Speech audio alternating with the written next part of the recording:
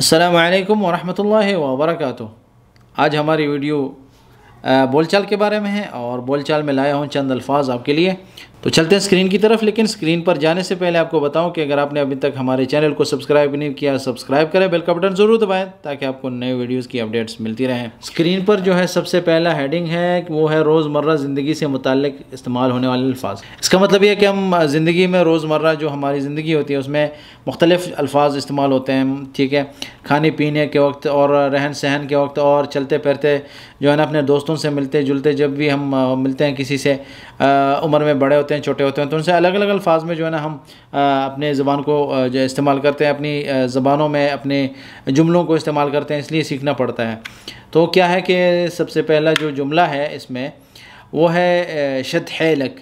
شد حیلک، یہ جو شد حیلک ہے، یہ جو جملہ ہے یہ بہت زیادہ استعمال ہوتا ہے خلیجی ملکوں میں۔ سعودیہ سے جو ہے نا ایک بھائی نے پوچھا تھا، سعودیہ میں استعمال ہوتا ہے یہ جملہ زیادہ تر، یہاں بھی استعمال ہوتا ہے متحدہ عرب امارات میں۔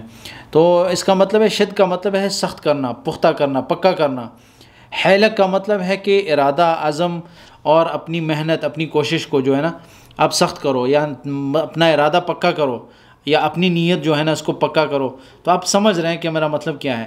اس کا مطلب ہے کہ اپنا ارادہ، اپنا عزم جو ہے نا پکا رکھو، اس کو پختہ کرو۔ شد حیلک، اگر آپ کو کوئی ٹاسک ملتا ہے، مثال کے طور پر آفس میں ہے، اور آفس میں آپ کو مینیجر نے کہا کہ آپ نے یہ کام جو ہے اس سے نمٹنا ہے، آپ نے 2 ہفتے میں کرنا ہے، 3 ہفتے میں کرنا ہے، 5 دن کے اندر آپ نے اس کام کو کرنا ہے، سر انجام دینا ہے آپ نے، تو آپ کو وہ کہیں گے کہ شد حیلک، کہ مطلب جلدی کریں اور اپنا ارادہ پکا کریں، پختہ ارادہ کریں کہ آپ نے یہ کام کرنا ہے۔ تو وہاں پر یہ اس طرح کے جملے استعمال ہوتے ہیں، شد حیلک، شد حیلک۔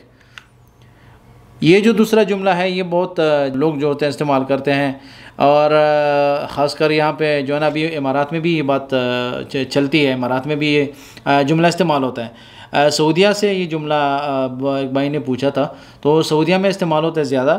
یہاں پہ جو ہے نا نعم، اس کی جگہ پہ نعم استعمال ہوتا ہے۔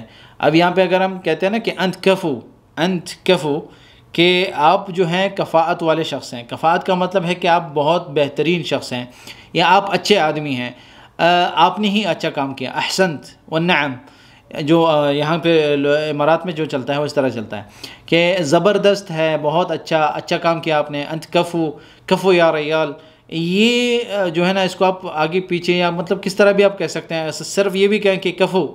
کفو کا مطلب بس یہی ہے کہ زبردست، بہت اچھا، بہت خوب۔ والنعم، نعم، احسنت، اس طرح کا جو ہے نا اس کا مطلب یہ ہے کہ بہت اچھا، زبردست، جیسے ہم اردو میں کہتے ہیں نا زبردست۔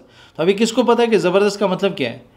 لیکن یہ کہاں پہ استعمال ہوتا ہے جملہ آپ کو پتہ ہے، جب کوئی اچھا کام ہوتا ہے، جب کوئی اچھا نتیجہ آتا ہے، یا کوئی زبردست کام کرتا ہے ہم کہتے ہیں زبردست، یا کوئی چکا لگاتا ہے کرکٹ میں تو آپ کہتے ہیں زبردست، اوسم، وغیرہ وغیرہ۔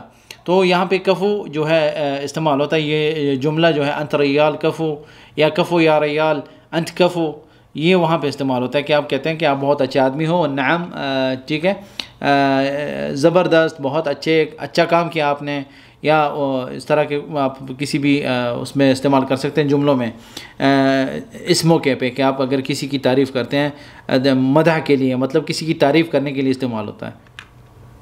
تیسرا جو جملہ ہے، آخری جملہ ہے، وہ ہے ما بتعزمنا، ما بتعزمنا، کہ آپ ہمیں دعوت نہیں دیں گے۔ ما بتعزمنا، آپ ہمیں دعوت نہیں دیں گے۔ تو یہ وہاں پہ استعمال ہوتا ہے کہ کسی دوست سے آپ کہتے ہیں نا کہ آپ ہمیں دعوت نہیں دے رہے، ہمیں دعوت پہ نہیں جانا آپ کے ساتھ، آپ ہمیں دعوت نہیں دیں گے۔ ما بتعزمنا، کہ آپ ہمیں دعوت نہیں دیں گے۔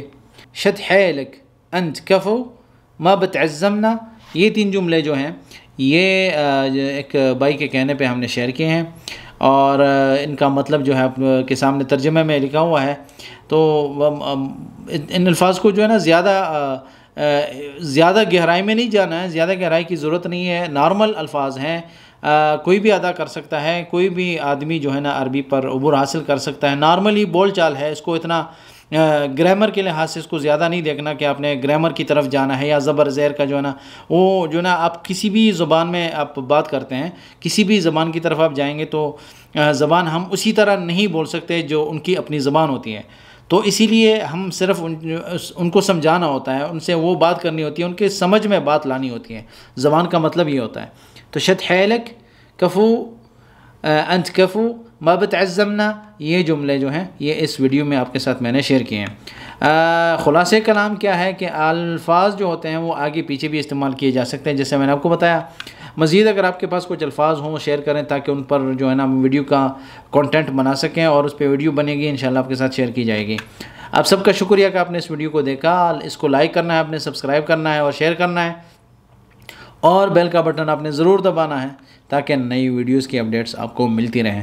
ملتے ہیں انشاءاللہ اگلی کلاس میں، اگلے ویڈیو میں۔ دعا میں یاد رکھیں۔ والسلام علیکم ورحمۃ اللہ وبرکاتہ۔